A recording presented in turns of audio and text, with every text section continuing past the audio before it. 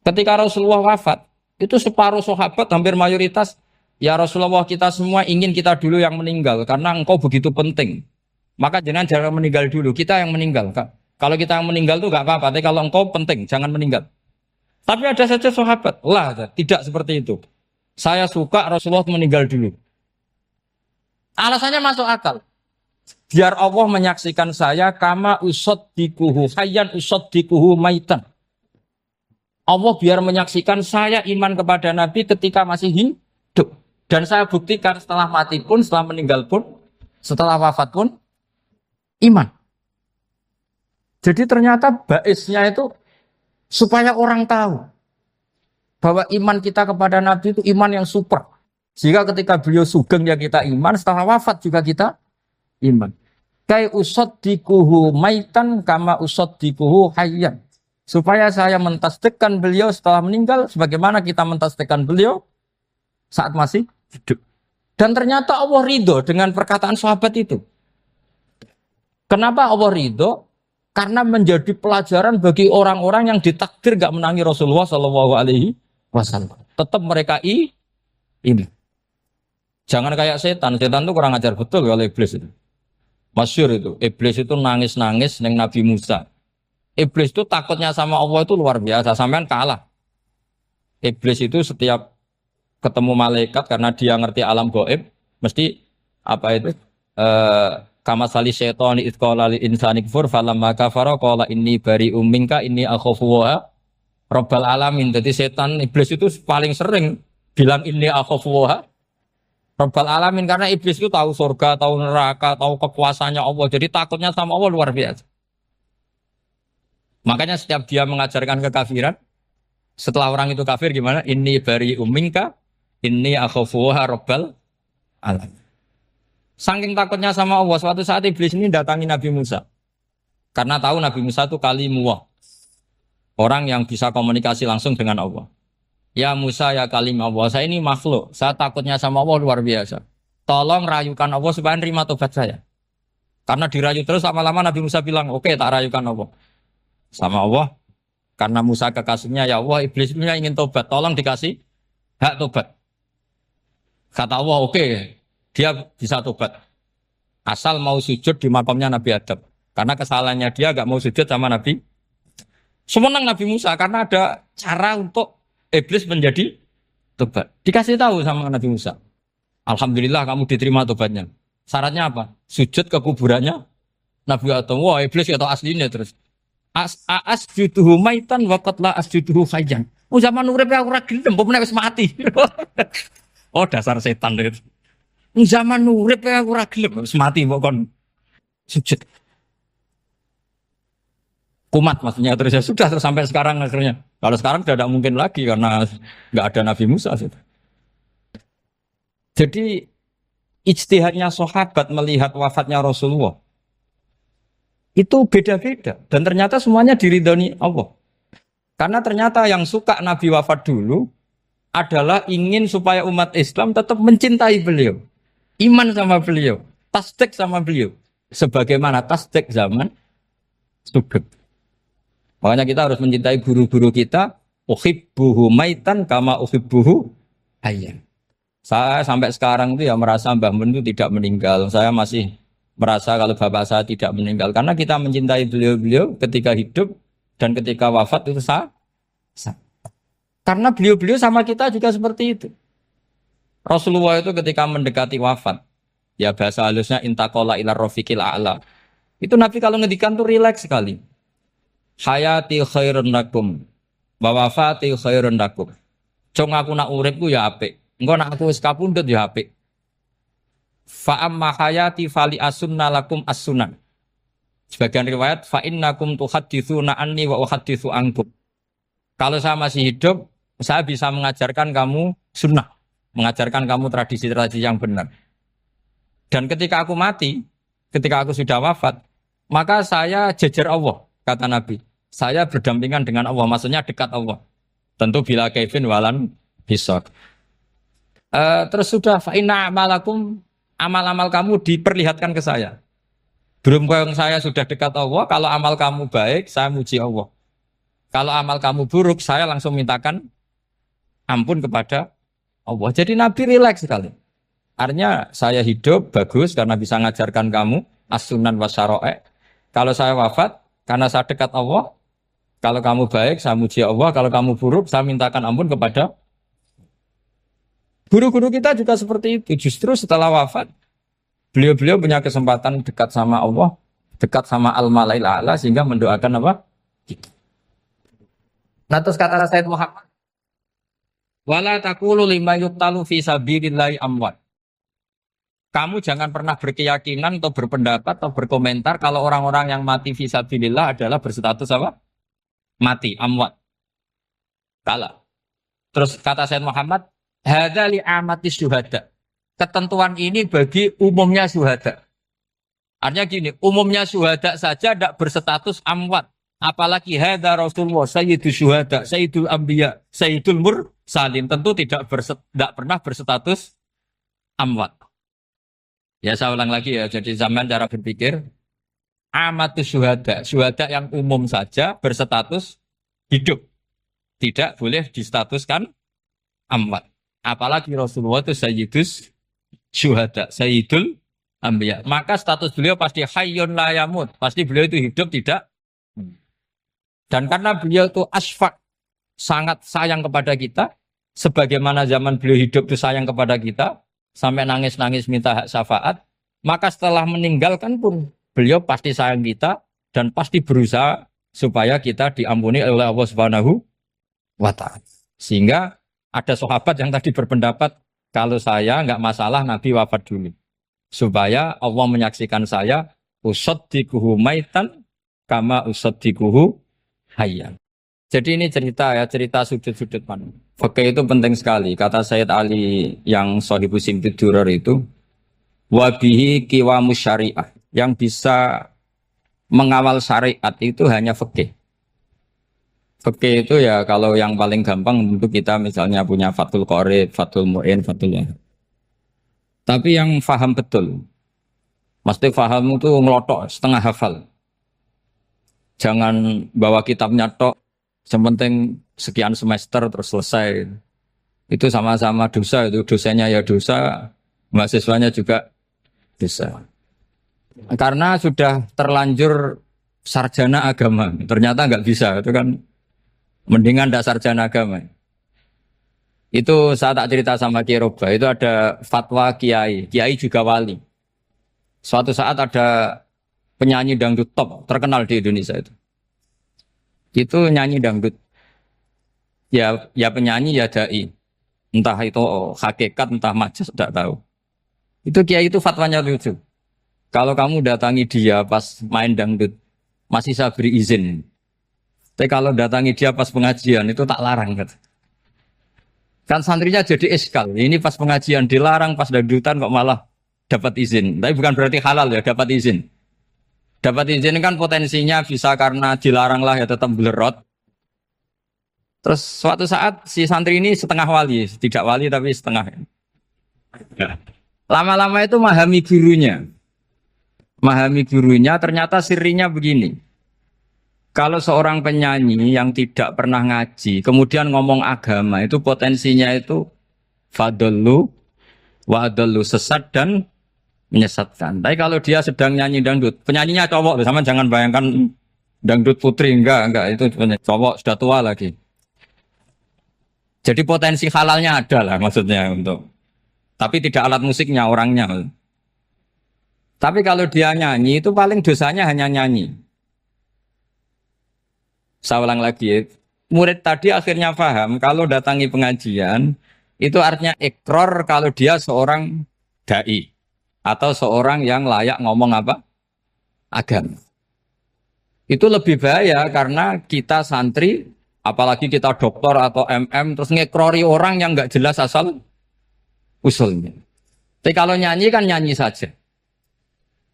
Sehingga itu menjadi fikih. Bahaya terbesar dalam fikih adalah apa? Mengkaji fikih tidak dari ahlinya. Ya saya ulang lagi ya, mengkaji fikih tidak dari apa? Ahli. Nah kenapa demikian? Begini, saya beri contoh.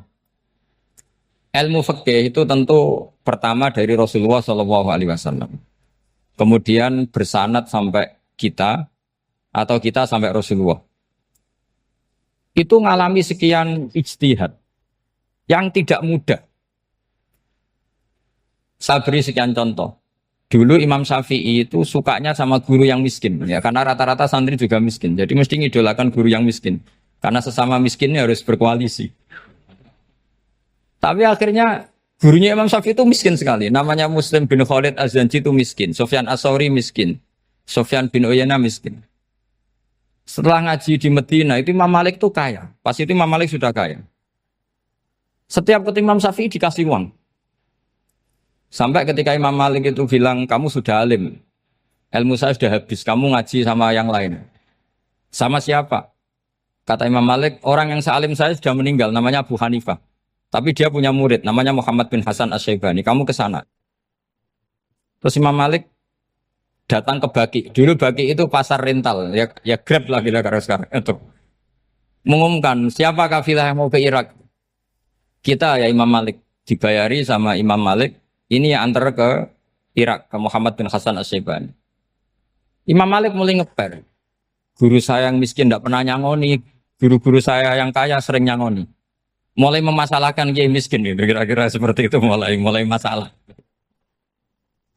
Setelah datang ke Irak, di Muhammad bin Hasan Asy-Syaibani itu si Muhammad bin Hasan Asy-Syaibani itu kalau ngitung uang itu di meja tamu. Jadi punya emas lantaan, punya uang. Kira-kira kalau Indonesia punya rupiah, punya dolar, dihitung itu di ruang tamu. Kata Imam Syafi'i, saya dengan Imam Malik saja enggak seret, ini lebih kedonyan lagi kiai. Ngitung uang itu di ruang tamu. Terus akhirnya si Muhammad bin Hasan Asy-Syaibani ini ahlul usul, dia pakar usul. Kamu heran sama saya? Iya, kiai kok kedonyan. Dia ngomong gitu. Tapi kata Muhammad bin Hasan Asy-Syaibani, kalau kiai tidak boleh kaya, itu tak kayak wong fasik. Ben gue demenan, gue mabuk. Oh jangan, nanti dipakai maksiat. Penjenengan mawon kersane digetoat. Berarti kiai oleh sugih. Mun pun angsal-angsal. Semenjak itu jadi satu fikih bagi Imam Syafi'i. Ternyata kalau mengharamkan kiai sugih, berarti membolehkan yang fasik sugih. Kalau yang fasik sugih bisa dipakai i'anah alal maksiat. Semenjak itu mindset pikiran Imam Syafi'i rubah. Saking rubahnya sampai beliau berpendapat orang bisa beli Alphard, kok beli carry itu haram. Bisa jadi bupati kayak Pak Roba, kok jadi RT haram. Soalnya gitu. Bisa keren Kak Gus Ba, kok jadi orang pendengar haram. Pokoknya haram terus. Karena dalil beliau al-Islam ya'lu wala yula alaih. Coba sampean ridho misalnya jadi orang Gresik dipimpin orang yang enggak sholat, ridho enggak? Nggak, atau sholat tapi nggak bisa ngaji, ridho nggak? Ketika yang bisa ngaji berpotensi jadi buba, terus keterusan. Karena Imam Syafi'i keterusan, ya umatnya keterusan. Akhirnya orang-orang Syafi'i itu politikus rata-rata. Ya, makanya sama jangan kaget sama Baruba. Kakak saya wakil bupati, dia. Putranya Mbah Mun ada yang wakil apa? Gubernur. Dulu Gus Wahid ya menteri agama. Itu asal usul dari perubahan fikih, mindset, cara berpikir Imam Syafi'i. Jadi dulu itu fikih ditemukan itu jelimet, ada perdebatan. Itu tidak hanya pada level ulama. Pada level Nabi pun ada perdebatan. Jadi jangan kira Nabi itu tidak debat, ya debat. Nabi itu asal seangkatan itu mesti debat, termasuk debat dengan malaikat. Jadi kalau perlu ya debat sama apa? Karena malaikat itu kan lugu itu gak iso mikir. Karena kalau malaikat iso mikir bisa jadi rektor. Nanti kasihan Pak Salam gitu. Malaikat nggak boleh jadi rektor. Malaikat Israel itu nggak tahu etika. Jadi beliau ketika mau membunuh, mencabut nyawanya Ibrahim datang, ya Ibrahim saya ini disuruh nyabut nyawa kamu. Kata Ibrahim, wah kamu itu pasti salah. Kamu tahu saya siapa? Saya ini Khalilur Rahman, kekasih Allah. Masa kekasih membunuh yang dikasih? Ini enggak benar, logika itu enggak benar. Pasti kamu salah. Karena Israel itu tidak bisa debat. Ketika ditanya, hal ra'aita khalilan yumitu khalilah, masa kekasih membunuh yang dikasih? Saya ini Khalilur Rahman. Masa Allah mencintai saya kemudian membunuh saya, itu logika agak bener. Tidak keliru, kamu itu keliru. Israel akhirnya terbang lagi. Ya Allah, katanya logika saya ini salah. Karena masa kekasih membunuh yang dikasih. Karena Israel nggak pernah sekolah, nggak pernah sekolah. Nggak bisa dia jawab. Akhirnya diajarin Allah. Dah kamu bilang gini ke Ibrahim. Hal ra'aita khalilan yakrahu ayyalqa khalila. Masa kekasih tidak siap ketemu yang dikasih. Dibalik logikanya. Akhirnya datang lagi ke Israel. Kata Allah begini. Masa jenengan kekasihnya tidak siap ketemu yang kau kasih. Oh ya ya oke mati gak apa-apa. Jadi ilmu itu ngalamin perdebatan. Jadi saya datang murni karena Kiai Mas Buhin, bukan karena MC. Itu dosa besar kalau saya datang karena MC. Karena saya punya kewajiban yang lebih besar. Jadi yang bisa mengalahkan adalah a'dzama minhu, yang super besar.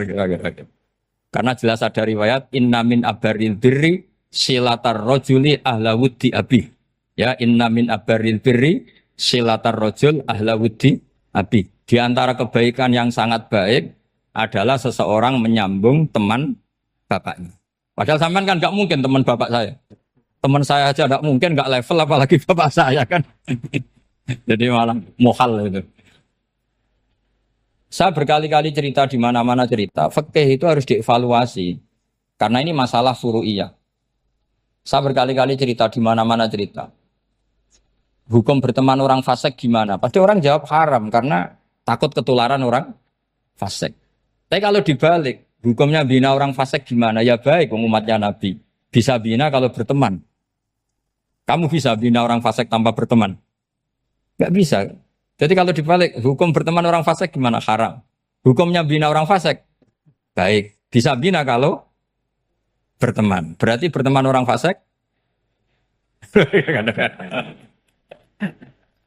Ya terus nanti pada level lapangan sih gampang. Kalau yang soleh membina yang fasik dan yang fasik ketularan yang soleh, maka ternyata kalau yang soleh ketularan fasik ya berarti ternyata buruk. Tapi kan hukum masa nunggu kenyataan kan jadi nggak hukum. Di mana-mana hukum itu kan ada asumsi karena ini masalah ijtihad. Nah itu yang dilakukan para ulama kita. Jadi sampean harus mengkaji fikih secara detail karena tidak hanya kita yang khilaf. Nabi-nabi juga khilaf dalam menentukan dakwah ilallah. Wali-wali kita kayak Abdul Hasan Asyadili sama Sayyid Abdul Al-Haddad itu juga. Imam Ghazali ya khilaf. Imam Suyuti itu kalau ketemu Al-Qastolani itu saling tidak nanya, saking nggak cocoknya. Masyhur itu. Jadi ulama ora cocok. Bedanya nak saiki perkara partai. Kalau orang dulu enggak. Karena pakai asumsi. Pakai asumsi karena memang susah. Enggak misalnya memang tak bedai, tak beri yang di enggak misalnya ada orang rukuk kemudian kentut. Itu sholatnya batal apa enggak? Enggak, jawab saja. Enggak, orang sholat kemudian pas rukuk kentut atau kelihatan auratnya, sholatnya batal apa enggak? Batal. Itu keliru nih sampean, itu salah dosennya mesti itu. Pertanyaannya gini, yang dikatakan sholat itu kan aqwalun wa af'alun muftatahatun bitakbir muftatamatun bitaslim. Lalu ketika sampai rukuk apa sudah namanya sholat? Jika kamu katakan batal, namanya sholat aja belum kok sudah kamu katakan batal gitu.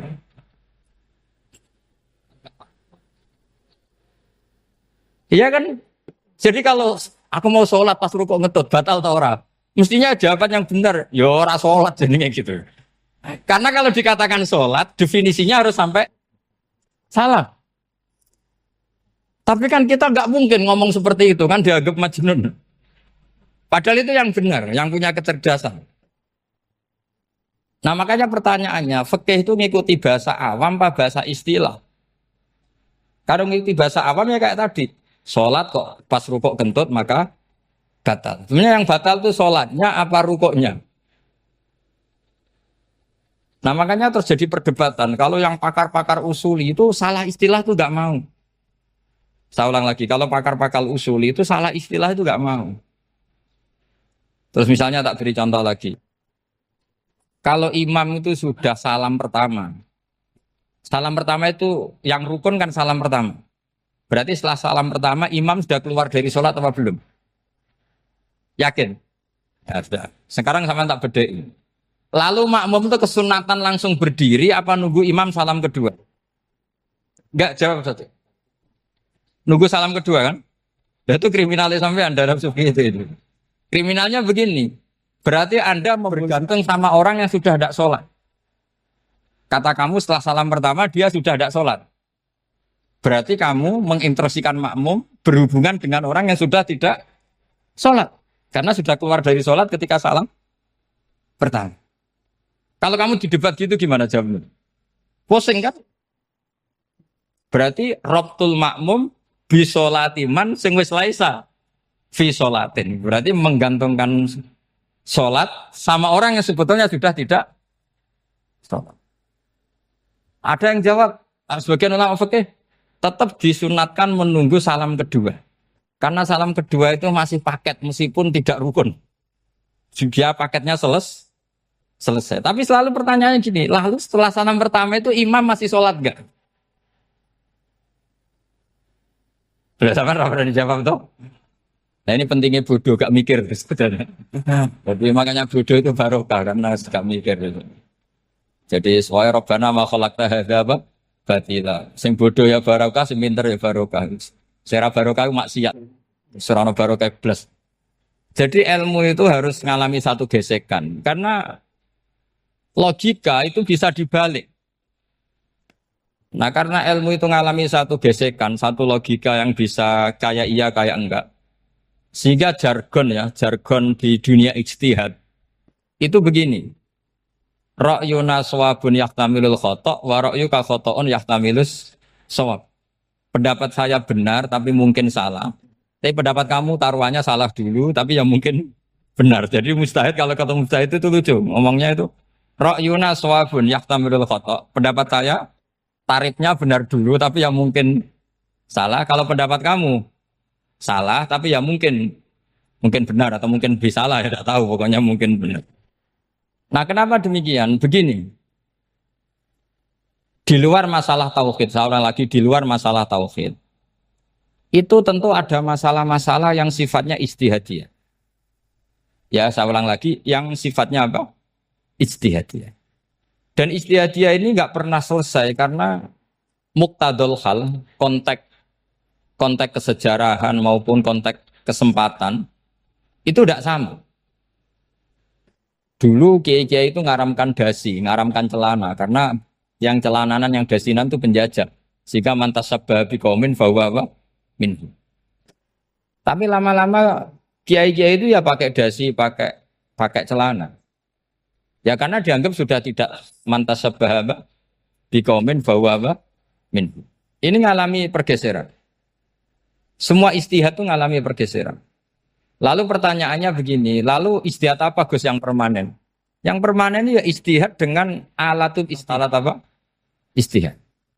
Saya beri contoh misalnya begini. Nabi Musa itu yang ngalami istihad. Kata beliau karena kangen Allah, itu ingin melihat Allah karena kangen. Rabbi arini angzur ilai. Qala lan tarani walakin ingzur ilal jabal. Ya sudah namanya orang kangen ya ingin melihat. Ya sudah gitu aja. Sehingga ahli ilmu kalam itu berdebat.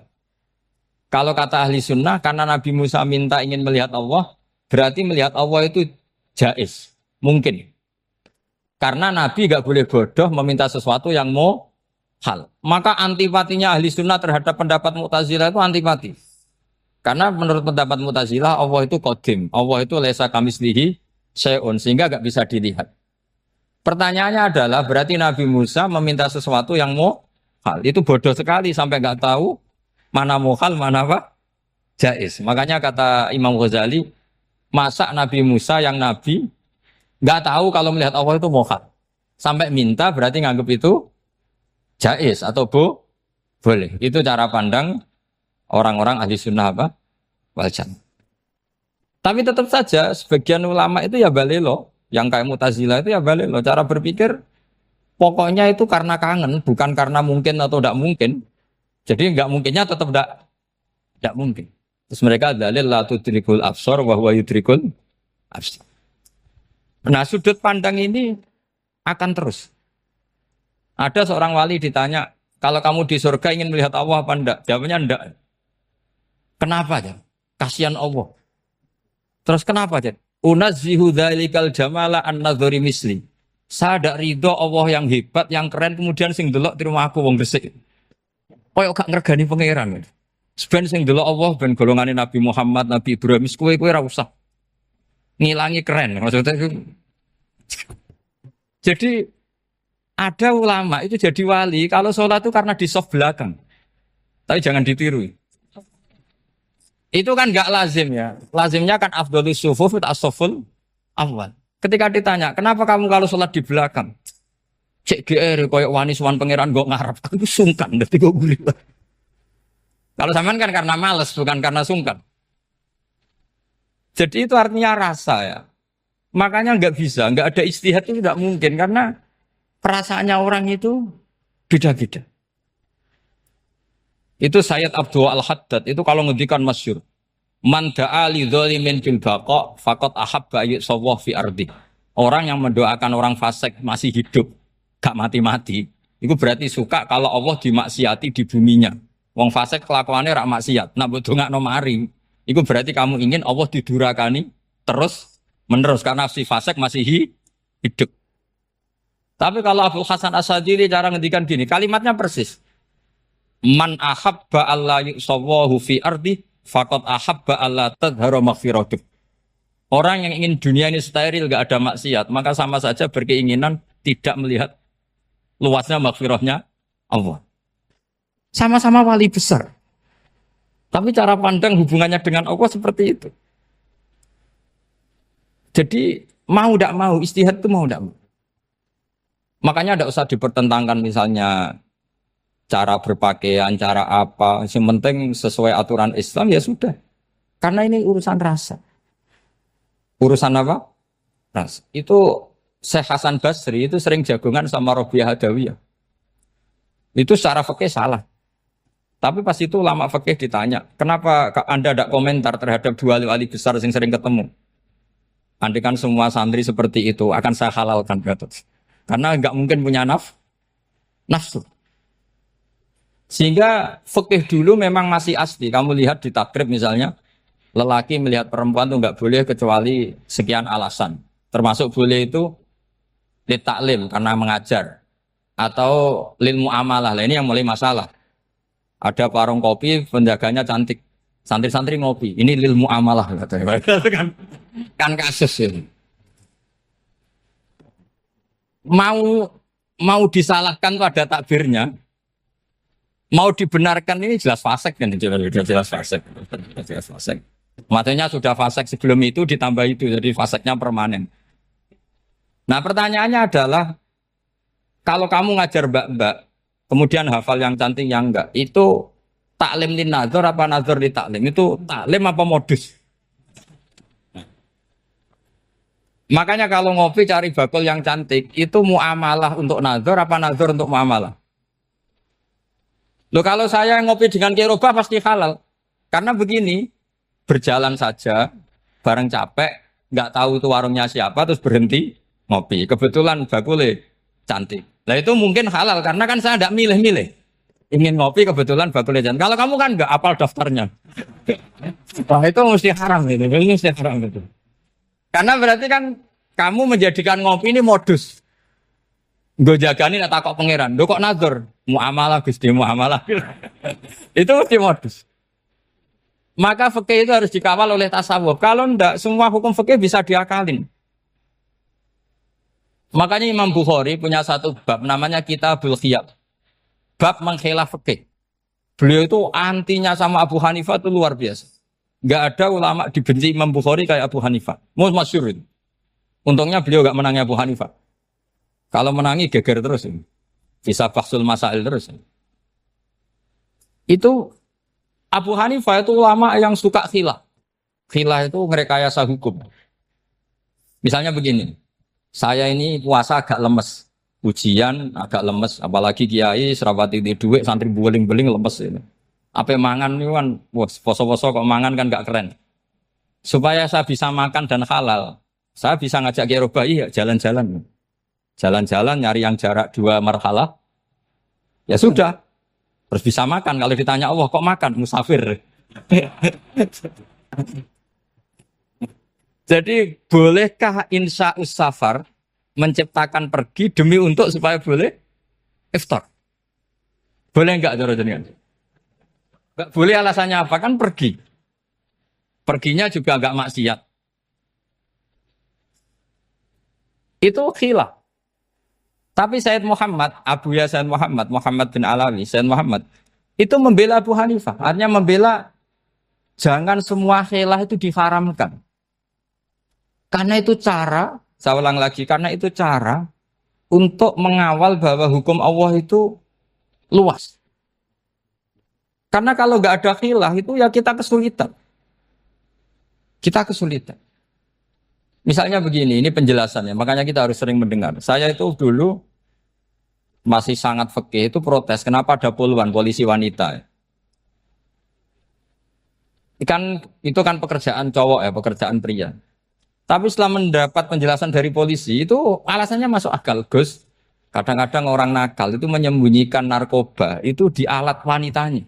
Itu kalau semua lelaki polisi kayak jenengan itu kan masalah itu. Sehingga memang harus ada polisi wanita karena sebagian pengedar narkoba itu perempuan dan menyembunyikannya di tempat itu. Kalau semua polisi cowok kan gak kebayang. Sehingga kita akhirnya mendengar membolehkan polisi itu wanita. Ada wilayah yang harus wanita. Begitu juga ada pertanyaan, kenapa sih dokter kandungan itu cowok? Saya punya banyak santri yang muhibin saya itu dokter kandungan. Tak tanya, kamu itu kok cowok kok jadi dokter kandungan? Kan pekerjaannya seperti itu.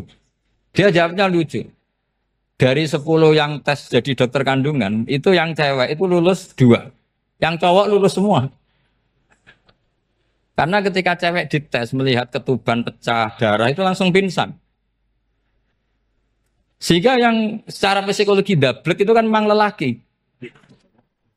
Jadi serawongnya sewakit santai. Kadang nggak lahir-lahir dintaini nang jopo rokokan santai. Itu kalau cewek yang jadi dokter kandungan itu nunggu jam 11, jam 4 sudah pingsan. Nah ini cerita, bukan berarti saya menghalalkan, enggak. Kita harus mendengar, saya ulang lagi, kita harus apa? Dan itu setelah mendengar, itu nanti jadi disiplin ilmu, yaitu namanya fikih. Karena ilmu fikih itu sebetulnya gampang. Sampai kalau ngaji i'anah, itu kelihatan fikih itu gampang, karena ada logika yang terbangun. Misalnya begini, orang kalau tawaf itu disuruh agak jauh dari Ka'bah. Jangan sampai nginjak sadarwan. Karena sadarwan itu pondasi itu ikut Ka'bah. Kenapa begitu? Ya jenenge ra muteri Ka'bah, ide-ide Ka'bah. Jadi sebenarnya sederhana logikanya. Sing jenenge muter itu di luar itu kita muter. Nah kalau nginjak pondasinya namanya gak muteri Ka'bah tapi ide-ide Ka'bah. Ya jadi sederhana sebetulnya ya masuk akal. Jadi fikih itu tidak ada yang iskal, sebetulnya masuk akal. Tapi karena kita nekuni itu tidak serius, maka terus jadi paradok. Saya beri contoh lagi, ini sebagai penghormatan saya sama Kiai Mas Bukin, karena ini sudah namanya fakih. Kalau ada ayam jago ditabrak truk, terus kejet-kejet, adekan dibiarkan pun mesti mati. Karena gerakannya sudah harokatul masbuh. Terus kamu sembelih, itu halal apa enggak? Enggak jawab, ayam jago loh. Kalau kamu katakan halal, dia sudah tidak punya hayatun mustaqirroh, kehidupan yang permanen. Andai kan kamu biarkan pun 1 menit lagi meninggal. Kejet-kejet kan prosedur saja. Maksudnya pantasnya mati ya kejet-kejet sih, tapi sebetulnya sudah pasti mati. Maka ini ada 2 ulama. Kalau kata Imam Malik tetap namanya halal. Karena ruhnya masih di situ. Sehingga ketika kita nyembelih, ya nyembelih hewan yang hidup. Yang namanya nyembelih itu pokoknya mematikan yang punya roh. Sementara saat itu rohnya masih di situ. Meskipun 1 menit lagi pasti. Tapi kalau mazhab Syafi'i enggak, ini sudah harokatul masbuh. tidak punya hayatun mustaqir. Sehingga dalam perdebatan ulama fikih itu lucu, kadang ya gampang mangkel nol. Misalnya begini, kalau ada anak lahir tidak ada amaratul hayat, nggak nangis, nggak bernafas, sunat disolati apa enggak? Siktun sing layas tahilu walayas langsung lahir langsung mati, nggak ada amaratul hayat. Ora tahu mikir tuh. Itu tidak wajib disolati. Alasannya, ya kan memang sholat alal mayit kan tidak pernah hidup. Di mana-mana mayit itu setelah hidup mati. Ini kan tidak pernah hidup. Namanya ya atau lahmin, ya potongan daging itu aja. Enggak. Jadi kadang fikih diwaca tenan jebule mangkel no. Terus ketika di kitab Minhajul Thalibin itu, kalau kamu keluar mani itu wajib mandi enggak? Wajib kan? Kalau keluar mani inzal itu kan wajib mandi. Nah kenapa nifas atau wiladah keluar bayi? Kenapa ibu-ibu kalau keluar bayi wajib mandi? Alasannya lucu. Li'annal walad maniyun pun akidun. Ini kan wis mani cuma mengkristal. Jadi kadang fikih mangkel. Apa ya? Sembrono gitu. Masuk wajib mandi wiladah itu karena apa? Li'annal walad maniyun mun akidun. Iku mani sing wis mengkristal. Mani sing wis jelalatan lah lahir nangis macam-macam. Jadi ternyata karena kenapa fikih butuh alasan nyari hadis tentang keluar anak mandi itu enggak ada yang sorry. Yang ada adalah tentang inzal. Innamal ma' minal. Akhirnya dicari-cari ternyata walad itu maniyun menakid. Lah ini problem fikih. Sampean harus siap dengan pelajaran seperti ini meskipun sampean mungkin wong priayi tapi ini ilmu. Ya, saya ulang lagi ini ilmu. Sehingga ulama itu mau tidak mau harus mau mendengar. Karena logika yang terbangun itu nunggu kalau mendengar kayak tadi. Nabi malaikat Israel baru sadar, masa kekasih bunuh yang dikasih. Masuk akal juga Israel. Kalau sama sampean sih nggak nerima tetap selonang-selonang ini masalah Ibrahim, Khalilur Rahman. Sehingga kita di alasan fikih itu harus kita dengar. Saya dulu itu, saya sampai sekarang itu sama kalau bayi lahir masih sudah berbentuk bayi. Saya sendiri berpendapat sebaiknya disolatin kalau sudah berbentuk bayi meskipun tidak tidak nangis, tidak ada amaratul hayat. Kan yang digugurkan itu wajibnya, bukan masalah boleh dan tidak. Itu banyaklah perdebatan ulama di bab itu.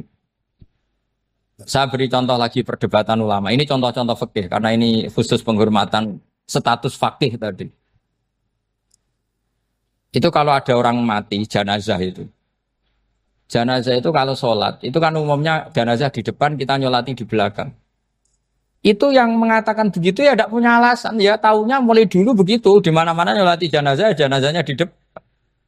Tapi di kitab Mahalli jelas diterangkan, kata kaul sani tidak wajib. Alasannya ya lucu, fa'indal janazah laisat bi imamin. Jenazah itu tidak imam, kenapa harus di depan? Kan kacau kan? Loh coba alasannya di depan apa? Dia ada imam kok. Nah barokahnya fikih itu sehingga kita melihat di Arab Saudi sekarang itu jenazah kan di belakang, tapi kita tetap nyolati mayit. Kalau di Arab Saudi musim haji itu jenazahnya di kamar mayit, tapi kita nyolati.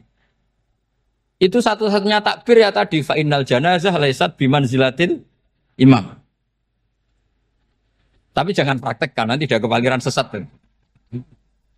Saya hanya cerita ilmu, jangan dipraktekkan. Kalau dipraktekkan masih jadi aliran sesat.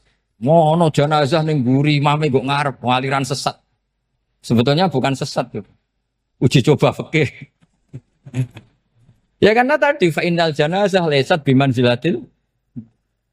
Bukti lagi kalau sampean salat ghaib.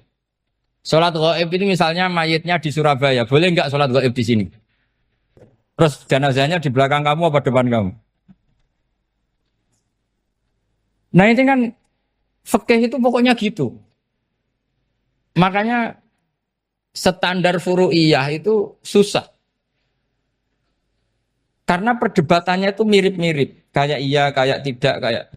Makanya dulu zaman sahabat, Ada sahabat itu mencintai Rasulullah. Senengannya sowan. Bukti cinta sowan. Banyak juga yang sahabat bukti cinta Nabi itu tidak pernah sowan. Alasannya ganggu. Kenapa kamu jarang sowan Nabi? Saya sering jamaah sama Nabi, saya tidak pernah sowan. Kenapa? Ganggu. Biar Nabi kalau di rumah sama anak istrinya, saya tidak mau ganggu. Makanya saya termasuk kiai yang gak pati seneng disowani. Karena ya itu tadi. Kalau ngulang seneng saya, kalau disowani biasa saya. Kalau kiai roba itu nilai, nak pernah sepuh jadi rasuan nilai. Jadi beda, saya sering ditilii kiai-kiai sepuh. Tapi bahasanya tentu tidak sowan, tapi nopo nilai. Kalau sowan itu maka kan nafkah itu seperti itu. Jadi ada disiplin, di situ ada disiplin ilmu. Yang kadang kita tidak cocok. Makanya Imam Syafi'i sendiri ngendikan kadang beliau dengan gurunya, dengan Imam Malik sampai ngarang ikhtilafu Malik. Beliau punya data yang beliau itu sedang nggak sama dengan gurunya, yaitu Imam siapa? Malik. Karena mindsetnya itu beda. Tidak sampai misalnya saya tanya, sholat itu harus menghadap kemana? Tidak, jawab saja. Kiblat kan. Ukurannya apa coba? Namanya madhep. Wajah apa dada? Imam Syafi'i milihnya dada. Sekarang praktekkan dalam dialog keseharian. Saya jagungan sama Kiai Roba seperti ini, terus wajah saya begini, madhep enggak? Nah itu masalah. Terus pertanyaannya, madhep dengan dada itu fis sholat apa fil qiyam?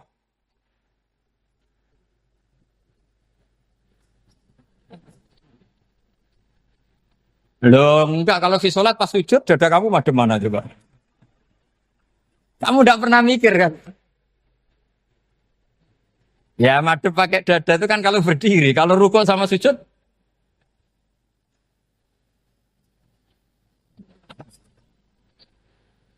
Loh itu ulama itu jelimet gitu. Makanya jarang yang menekuni profesi ulama ini. Karena menekuni proposal banyak, karena memang susah. Jadi ulama itu orang yang cara berpikir sudah aneh.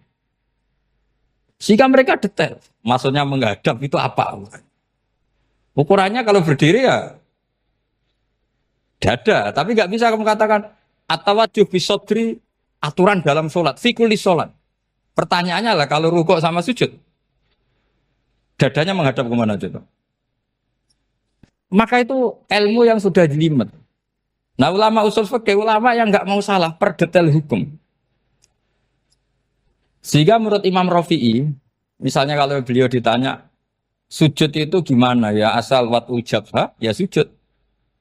Tapi kalau menurut Imam Nawawi harus melibatkan 7 apa? Anggota, yaitu al-jabha, wal yaden, warubaten, wal kodame. Oke, Imam Nawawi kita ikuti. Tentu keseharian kita pakai Imam Nawawi. Yaitu berdasar hadis umirtu an asjuda ala sab'ati yumin al-jabha, wal yaden, warubaten, wal kodamen. Berarti berapa? 7. Tapi pernah saya cek di kitab karangannya Imam Syafi'i ketika beliau ngendikan saya suka kalau orang sujud itu melibatkan 7 anggota berdasar hadis ini. Tapi kata beliau wayah tami itu dan bisa saja sujud yang watul jabhah itu sudah cukup.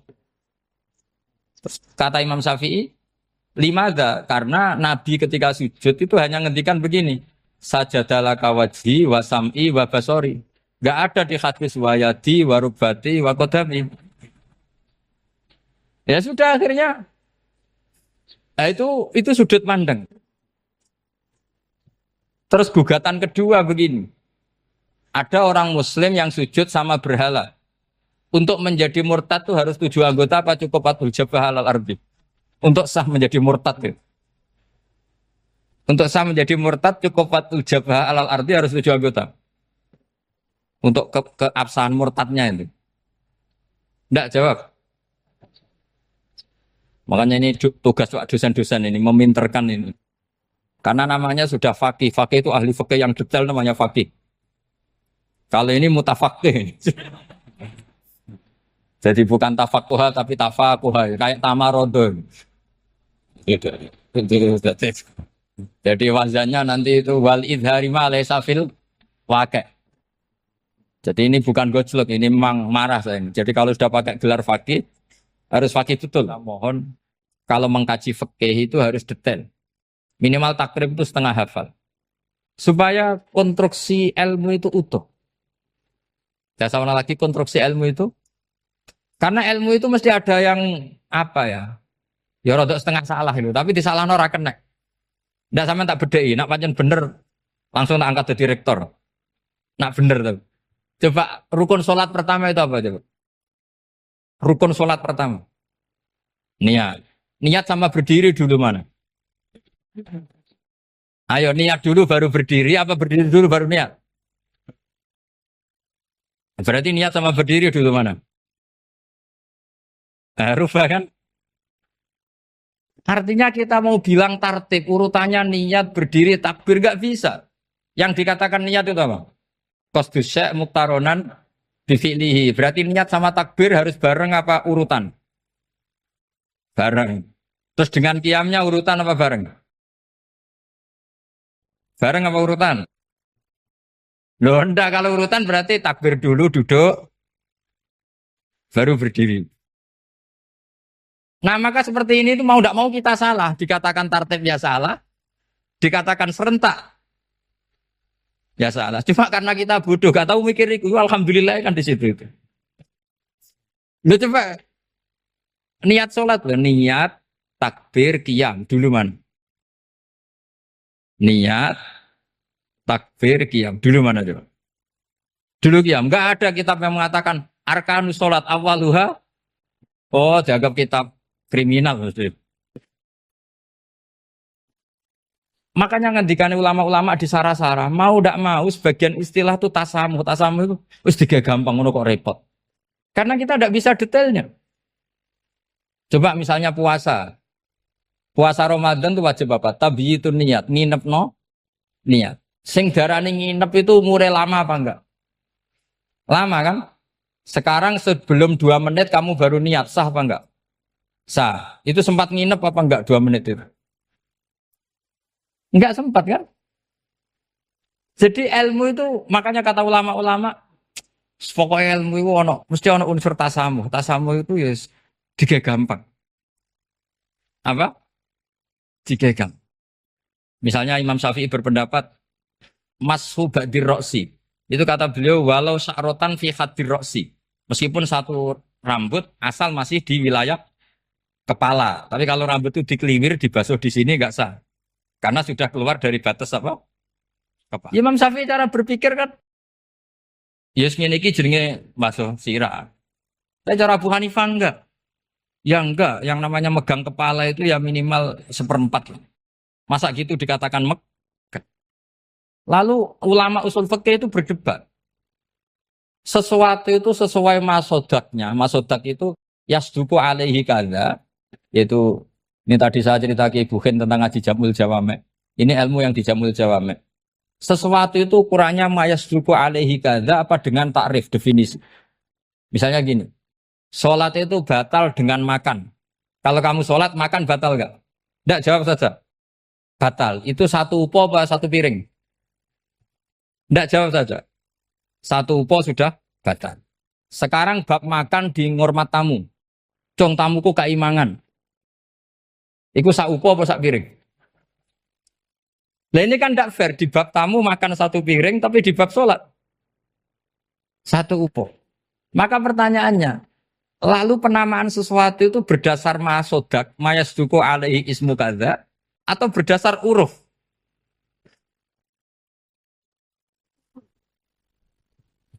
Ukurannya apa coba? Maka terus jadi perdebatan. Nah ini di sini ini pentingnya ulama karena ya sekarang saya bedai sekarang. Cengkeh itu wangi apa enggak? Kategorinya cengkeh. Wangi kan kalau orang bikin kue tar pasti pakai apa? Cengkeh. Pakai wedang ronde supaya manis, apa wangi dikasih apa? Cengkeh. Nah itu saya berkali-kali cerita pernah mau dipikirkan orang Islam juga boleh rokok karena dianggap pakai apa? Mewangi karena ada apa? Cengkeh. Tapi terus didebat, kalau gitu berarti orang Jumatan sunat rokok. Karena Jumatan disunatkan pakai pewangi. Wah itu kan, akhirnya tuh, wah iya ya, repot ya kan. Jadi kalau cengkeh kamu kategorikan pewangen, yang orang Islam nggak boleh rokok karena pakai cengkeh, yang wangi, konsekuensinya orang Jumatan sunat rokok karena berarti di masjid pakai apa? Pewangi kan sesat semua ya, jadi itu ilmu. Makanya selain fikih mateng itu ada ilmu yang namanya usul fikih. Usul fikih itu yang neliti itu. Mayas duku alaihi kada. Jadi yus ngono iku darani ngono. Seorang lagi. Ngono iku wis darani ngono. Ora perlu roh detail. Ya, saya ulang lagi. Wis ora perlu roh detail. Makanya Abu Hanifah itu misalnya basuh wajah. Wis anggar kecelok ngene iki basuh wajah. Nek Imam Syafi'i kan detail. Mimba ini mana bitis syari sampai ila somahe uzunehi ila zakon. Terus mana bitis syari Imam Syafi'i nambah apa? Ghaliban. Kenapa ditambah ghaliban? Karena kalau orang budak mana bitis syarinya di sini. Jadi itu fikih. Jadi fikih itu jelimet. Padahal kita ini nggak pernah berpikir secerdas Imam Syafi'i, tapi akhirnya ya mikir juga. Agak ditambah ghaliban, mana bitis syarinya orang budak kan? Sini. Terus sekarang perdebatannya, orang budak basuh mastur roksi di sini sah enggak? Karena tadi itu wajah apa kepala gitu kan. Kan jadi bingung gitu. Ya makanya ini mukadimah saya supaya sampean apa lebih disiplin belajar apa? Fikih dan setidaknya didiskusikan lah kitab-kitab Minhajut Thalibin atau kitab-kitab Mahali.